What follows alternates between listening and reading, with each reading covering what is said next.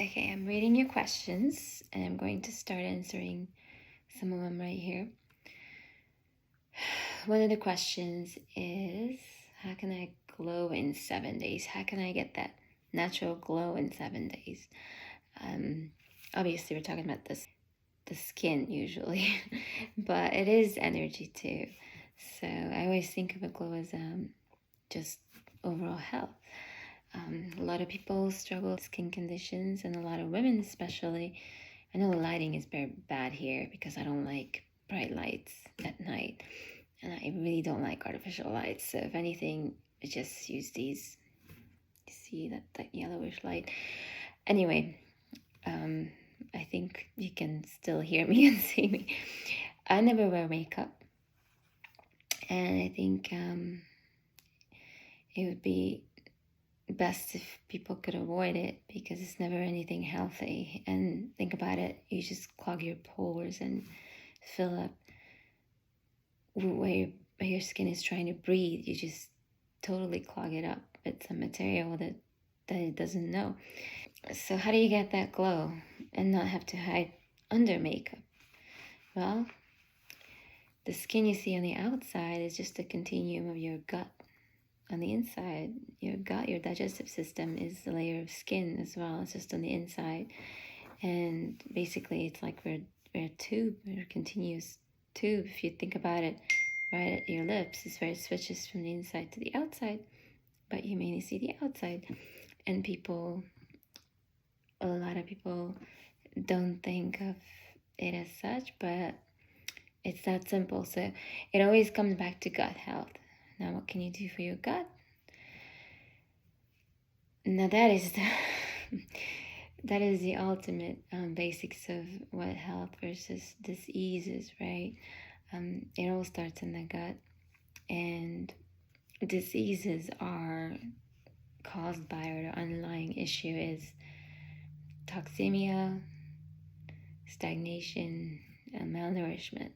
So what are those three things? Toxemia refers to toxicity, whether it's environmental, biological stressors, chemical, anything that you put inside you or you're exposed to on the outside or consume, whether that's social media or television, it's in the name, or programming, it's all in the name if you think about it, or negative thoughts, or toxic relationships, anything you allow to enter your life, you do consume. And that all contributes to toxemia if it's toxic. So one is to detoxify and cleanse, right? That's all we're all about. Always talking about the simplest thing, activated charcoal, MSM, shilajit, so many of the things we're about, or we consume ourselves, take ourselves and talk about, are for this reason, promoted for this reason, to help people with this. So that's toxemia. Next was stagnation. Stagnation, could refer to energy flow, how your meridians are doing. Things need to flow in the body. Everything has to function well. And if it doesn't, for example, a lot of people don't even have regular bowel movements, or some people, I don't really like the expression regular. Why? Because some people say, yes, I do have regular bowel movements. But when you ask what that looks like or how often, they say, oh, I go every week. But while it's regular, it's not even close to ideal.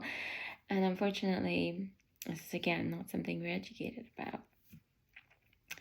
But that's not good.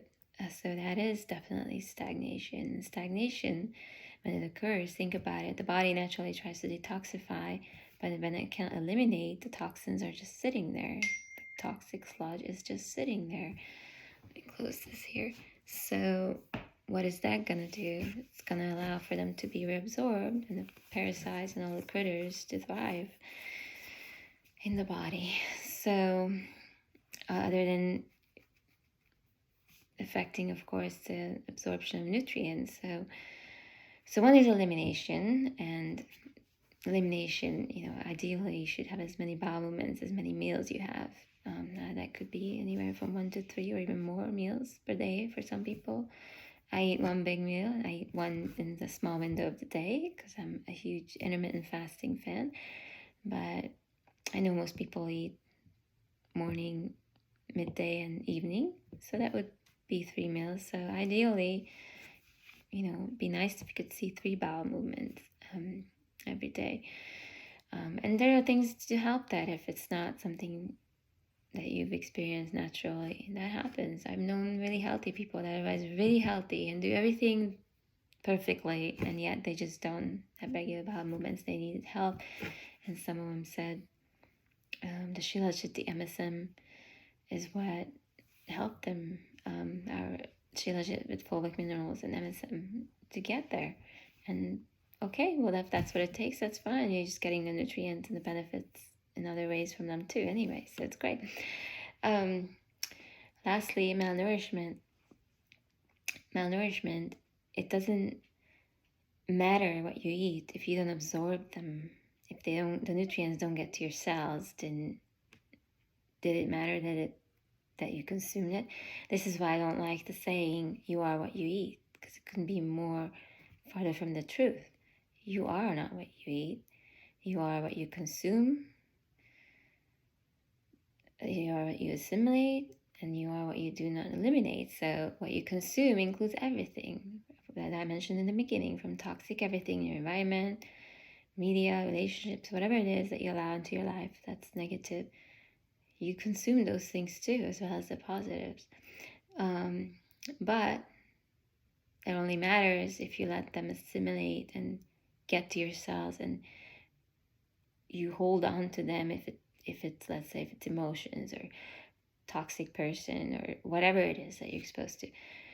You have to allow it in or assimilate it in, if it's nutrients, and so on. And do not eliminate refers to, again, stagnation, or there's no bowel movements, toxins to get out. And again, what you hold on to, if it's negative things in your life, negative emotions, negative whatever it is, energy, if you hold on to them, they assimilate. You do not eliminate them, they'll affect you. So that is the line I say. I don't like you are what you eat. That's so not true. It's too simple, and it's not true. Besides, do we even know nowadays what we eat? Hardly ever, unless you grow your own food, which we try. We always have a small garden, but that doesn't cover probably 5% of what we eat, even when it's the middle of the summer. So think about that again. Think about you are what you eat, how true that is. So this is going to be the first part of this video. I'm going to make another one. This might have been not what you expected, but skin health, all about the gut. There is more to it though, so I'm going to make part 2. But please listen to this again and ponder and see if there are any things that you haven't been doing and what you could improve. And if you have any questions regarding anything I said, just comment below, and I'll do a follow-up video as well, or I'll address them in part 2. Until then, happy cleansing and detoxing, and I hope you're on the way to get that healthy glow.